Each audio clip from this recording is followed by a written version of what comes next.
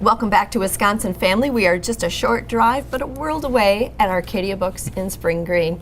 We'll check in with those folks a little bit later and learn about events and what's going on in their kitchen, as well as all the books that are in here. Right now, though, we're talking coffee, good coffee. And joining us, we have roasters, the Brewhaha roasters, Matt Snow and Aaron Halverson. Thanks for coming on to Wisconsin Family. Thanks for having us. Thanks for having us. Fabulous. So, you are a small batch artisan coffee roaster, and you're dedicated to providing the best roasted coffees, I guess, the freshest roasts. I'm wondering, what are the advantages for folks to buy this local product? Well, although the beans come from all over the world, the advantages are having a really good cup of coffee that is fresh. You want to make sure the beans are fresh that you're using, both the consumer at home and also when you're at a cafe, or even a few local hotels also serve our coffee, and it's freshly roasted. Within less than a week, they'll have it in your cup after we roast it. On your website, I saw that you do have coffee from all around the world, and it said single origin coffees. What does that mean? Well, so that means oftentimes coffee can be blended, two different origins into a blend, or a specific single origin. For instance, we have a Costa Rican, Guatemalan, and a Sumatran that are single origin. It's just one source. Thank you. Yeah. Okay, that's cool. I mean, I have a lot of follow-up questions, but the main thing I want to know is, where can I find the product? I need to know that. Absolutely, first. absolutely. Well, we sell online. We have a website, and we offer free shipping and try to get that product out. We also are in maybe up to 16 to 18 stores right now in the area. We just got into the Madison market at Hilldale Metcalfs and the Westtown Metcalfs. Yeah, this time it's primarily Southwest Wisconsin. Yeah, area, Southwest Wisconsin. But we are available in the Madison area, Madison markets, and Metcalfs. Okay. How do folks find out where those areas are if they want to stop in to buy the product or to get a cup of coffee? Yeah, so you go to our website, brewhaharoasters.com, and you'll see locations as a link on that website. Like Arcadia Books. Yes, absolutely. That's awesome. So let's talk a little bit more about the products. You have beans, and you had a few other things, like on a gift page or something I saw.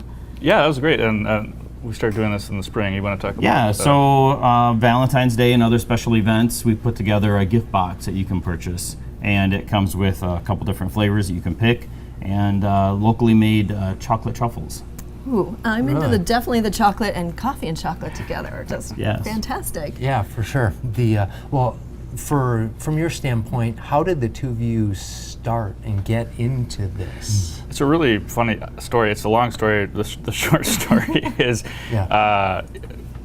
my mother actually was roasting coffee on her own, and I said, "You can do that?" I had no idea you could do that. And so I started with a home roaster, gradually got bigger, was making coffee for friends. Aaron and I Being one of the friends, pig. And so as we started to grow, it's like, let's do this together, and we gradually grew, and our other partner Pat came on, and we just gradually got bigger machines until now we have a 33-pound roaster, capacity of about 100 pounds an hour, and so.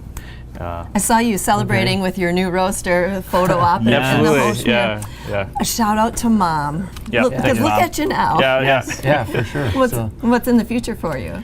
Well, we want to continue what we've been doing. Again, we're kind of in Southwest Wisconsin right now, and we want to kind of expand a little bit more into the region. We want to have more of a storefront presence, make more of a destination, I think, for people to come check out the experience, check out the process. See how the process of the bean, when we receive it in the big gunny sack, to the finished product after we package it into each of these bags. Okay, yeah, and in the minute and a half or so that we have left, what I want to know is kind of the process, not only how you source the beans, but explain to me, because locally roasted beans are fresher.